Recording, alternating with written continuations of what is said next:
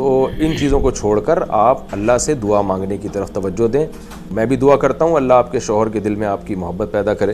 تعویذ لٹکانا کیوں جائز ہے؟ اگر اہل حدیث علماء کہتے ہیں کہ تعویذ لٹکانا شرک ہے، اسی طرح تعویذ کی بھی دو قسمیں ہیں۔ السلام علیکم، تو کیسے ہیں آپ سب؟ امید کرتا ہوں سب ٹھیک ہوں گے، اچھے سے ہوں گے۔ اللہ آپ سب کو سلامت رکھے۔ آج کے ویڈیو میں ہم یہ دیکھتے ہیں کہ تعویذ پہننا صحیح ہے یا غلط ہے۔ تو دوستو ویڈیو لاسٹ تک دیکھنا اور غور سے دیکھنا۔ اس کے بعد اگر ویڈیو پسند آیا تو ویڈیو شیئر کرنا اور ساتھ ہی ساتھ پیج کو بھی فالو کرنا۔ شوہر کو اپنی طرف متوجہ کرنے کے لیے تعویذ استعمال کیا جا سکتا ہے۔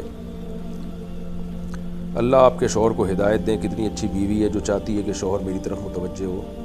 دیکھیں، تعویذ میں اگر مضمون خلاف شریعت نہیں ہے، اللہ سے مدد مانگی گئی ہے تو استعمال جائز تو ہے، لیکن ان چیزوں کو شریعت نے پسند نہیں کیا ہے۔ اور جو لوگ تعویذ گنڈوں میں پڑھتے ہیں نا، وہ پڑے ہی رہتے ہیں، تو یہ کام آپ نہ کریں، میرا مشورہ ہے۔ ایک دفعہ اس کام میں پڑ گئے تو پھر گئے ہمیشہ کے لیے، پھر فلانے کے لیے تعویذ، پھر فلیتا، پھر پلیتا، پھر فلانا، پھر ڈمکانا کانا۔ تو ان چیزوں کو چھوڑ کر آپ اللہ سے دعا مانگنے کی طرف توجہ دیں۔ اور آپ نے اگر کوئی وظیفہ پڑھنا ہے تو سب سے بہتر وظیفہ ہے سورہ فرقان کی جو آخری آیات سے جو پہلے کی آیات ہیں، ربنا هب لنا من ازواجنا وذرياتنا قرة اعین وجعلنا للمتقین اماما۔ یہ دعا زیادہ سے زیادہ پڑھا کریں۔ دعا کرتا ہوں اللہ آپ کے شوہر کے دل میں آپ کی محبت پیدا کرے۔ تو شوہر کو چاہیے، اتنی اچھی بیوی اللہ نے دی ہے جو چاہ رہی ہے کہ میرا میاں مجھ سے محبت کرے، تو اس کو چاہیے کہ شوہر قدر کرے۔ ایسے میاں جب ان کی بیویاں ان سے نفرت شروع کر دیتی ہیں نا، پھر وہ روتے پھرتے ہیں۔ تو یہ بڑی ایک بات ہے کہ انسان کو جب نعمت ملتی ہے تو قدر نہیں کرتا، جب نعمت چھنتی ہے تو پھر روتا ہے۔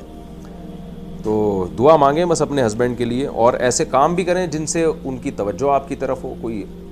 بعض دفعہ انسان بیوی کی زبان سے بہت ٹینشن میں آیا ہوا ہوتا ہے، بد اخلاقی سے، تو گھر کے حالات ٹھیک نہیں ہوتے، وہ جو ہے وہ خدمت جو ہے شوہر کی نہیں کر پا رہی ہوتی، وہ یا کر نہیں رہی ہوتی، اس وجہ سے شوہر کا دل جو ہے وہ بیوی سے ہٹ جاتا ہے۔ تو اسباب بھی اختیار کریں اور دعا بھی کریں۔ تعویذ لٹکانا کیوں جائز ہے؟ ہمارے احناف کے علماء تعویذ لٹکانے کو کیوں جائز کہتے ہیں؟ کیا یہ کسی حدیث سے ثابت ہے؟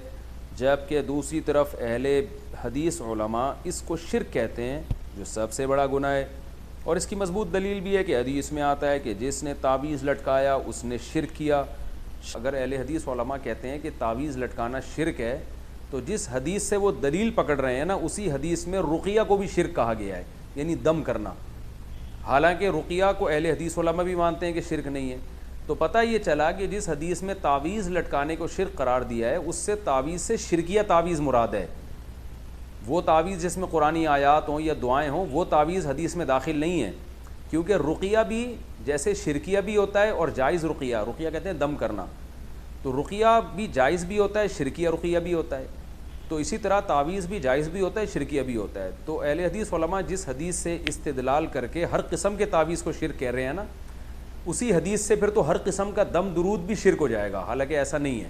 تو جیسے رقیہ کی دو قسمیں ہیں، اسی طرح تعویذ کی بھی دو قسمیں ہیں۔